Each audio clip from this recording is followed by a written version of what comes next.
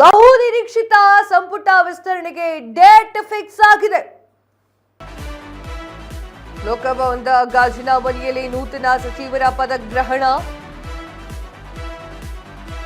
20 ಮಂದಿ ಹೆಸರು ಅಂತಿಮಗೊಳಿಸಿದಂತಹ ಡಿಕೆ.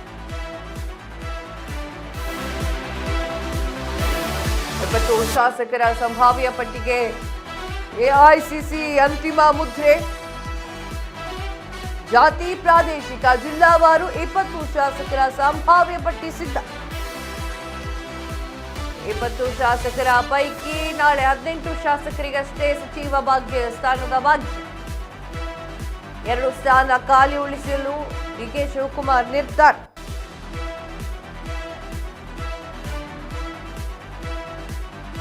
ಹೊಸ ಮುಖಗಳಿಗೆ ಆದ್ಯತೆ ಸಂಪುಟ ವಿಸ್ತರಣೆಯಲ್ಲಿ.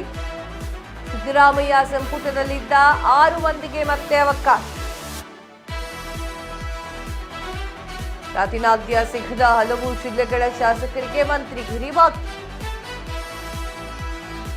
ಸಚಿವ ಸಂಪುಟ ಪಟ್ಟಿ ಈಗ ಆಲ್ರೆಡಿ ವಿಸ್ತರಣೆಯ ಬಗ್ಗೆ ಚರ್ಚೆಗಳು ಮಾತುಕತೆಗಳು ನಡೆದಿದೆ. ಡಿಕೆ ಶಿವಕುಮಾರ್ ಅವರು, ಸಿದ್ದರಾಮಯ್ಯ ಅವರು, ಬಿಕೆ ಹರಿಪ್ರಸಾದ್ ಅವರು ಎಲ್ಲರೂ ಕೂಡ ದೆಹಲಿಗೆ ಹೋಗಿ ಮಾತುಕತೆಯನ್ನ ಮಾಡಿದ್ರು.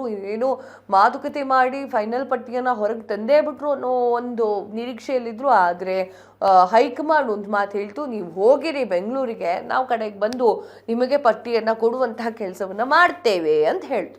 ಈಗ ಸೋಮವಾರ ಪದಗ್ರಹಣ ಕಾರ್ಯಕ್ರಮ ಅಂತ ಹೇಳಲಾಗ್ತಾ ಇದೆ. ಇವತ್ತೇನೋ ಫೈನಲ್ ಆಗಿದೆ. 20 ಶಾಸಕರ ಸಂಭಾವ್ಯ ಪಟ್ಟಿಯನ್ನ ಎಐಸಿಸಿ ಅಧ್ಯಕ್ಷರು ಅಂತಿಮಗೊಳಿಸಿದ್ದಾರೆ ಎನ್ನುವಂತಹ ವಿಚಾರ ಗೊತ್ತಾಗಿದೆ. ಇದರ ಬಗ್ಗೆ ಡಿಕೆ ಶಿವಕುಮಾರ್ ಅವರು ಹೇಳಿದ್ದಾರೆ, ಕೇಳಿಸಿಕೊಳ್ಳಿ.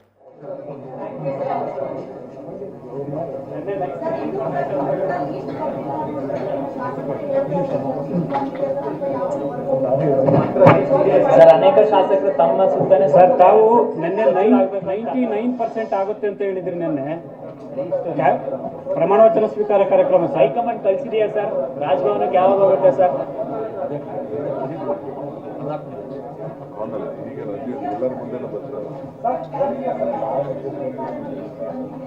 ಏನ್ ಹೇಳಿ? ಹೈಕಮಾಂಡ್ ಕಳಿಸಿದೆಯಾ ಸರ್ ಸಚಿವರಾಗ ಲಿಸ್ಟ್?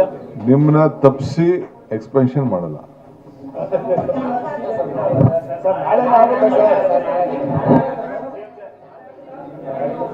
ಎಸ್, ಇದ್ರ ಬಗ್ಗೆ ಹೆಚ್ಚಿನ ಮಾಹಿತಿಯನ್ನ ಕೊಡ್ತಾರೆ ಪ್ರತಿನಿಧಿ ಹರ್ಷವರ್ಧನ. ಲೈವ್ ನಲ್ಲಿ ಜಾಯಿನ್ ಆಗ್ತಾ ಇದ್ದಾರೆ. ಎಸ್ ಹರ್ಷವರ್ಧನ, ಯಾವ ರೀತಿಯಾಗಿ 20 ಜನ ಶಾಸಕರನ್ನ ಫೈನಲ್ ಮಾಡಲಾಗಿದೆ, ಹಾಗೆ ನಾಳೆ ಏನಾದ್ರೂ ಪ್ರಮಾಣ ವಚನ ಕಾರ್ಯಕ್ರಮ ನಡೆಯಬಹುದಾ? ಕಾವ್ಯ, ಏನು ರಾಜ್ಯದ ಸಚಿವ ಸಂಪುಟ ವಿಸ್ತರಣೆಯ ಕಗ್ಗಂಟು ದೊಡ್ಡ ಮಟ್ಟದಲ್ಲಿ ತಲೆದೋರಿತ್ತು. ಅದು ನಾಳೆ ಬಗೆಹರಿಯುವಂತಹ ಎಲ್ಲ ಮುನ್ಸೂಚನೆಗಳು ಕಾಣ್ತಾ ಇದ್ದಾವೆ.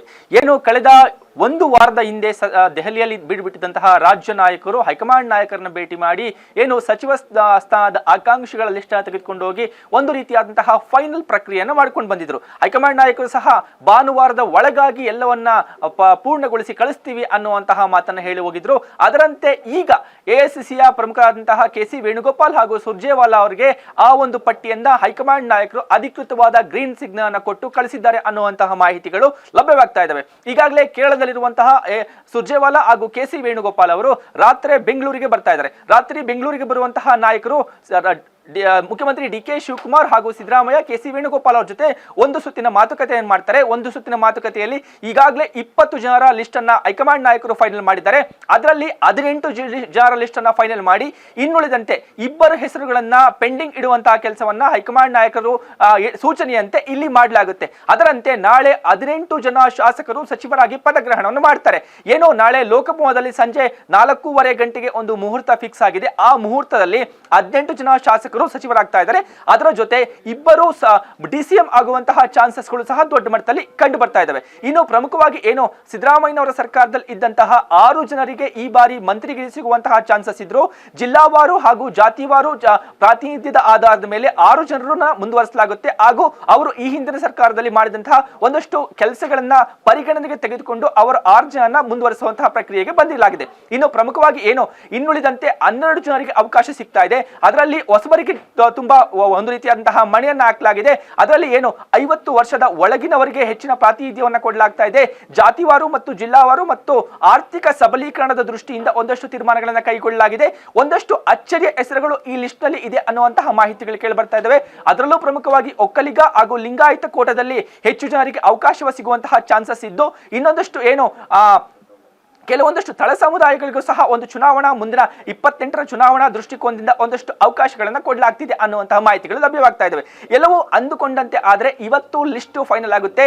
ಬೆಳಗ್ಗೆ ಏನು ಸೋಮವಾರ ಬೆಳಗ್ಗೆ ಸುಮಾರು 10 ಗಂಟೆಯ ಒಳಗಾಗಿ ಏನು 18 ಸಚಿವರ ಲಿಸ್ಟ್ ಔಟ್ ಆಗುತ್ತೆ. ಅದು ಅಧಿಕೃತವಾಗಿ ಲೋಕಭವನಕ್ಕೆ ಹೋಗುತ್ತೆ. ಲೋಕಭವನಕ್ಕೆ ಹೋಗಿ ರಾಜ್ಯಪಾಲರ ಒಂದು ಸೈನ್ ಆಗಿ ಅಧಿಕೃತವಾಗಿ ಯಾರ್ಯಾರು ಏನು ಸಚಿವರಾಗಿ ಪದಗ್ರಹಣ ಮಾಡ್ತಾ ಇದ್ದಾವೆ ಅವರಿಗೆ ರಾಜಭವನದಿಂದ ದೂರವಾಣಿ ಕರೆ ಹೋಗುತ್ತೆ. ಇಲ್ಲ ಅಂತಂದ್ರೆ ಮುಖ್ಯಮಂತ್ರಿಗಳೇ ಅಧಿಕೃತವಾಗಿ ದೂರವಾಣಿ ಕರೆ ಮಾಡಿ ಏನು ಒಂದು ಪದಗ್ರಹಣ ಸಮಾರಂಭಕ್ಕೆ ಆಹ್ವಾನ ಕೊಡ್ತಾರೆ. ಕಾವ್ಯ.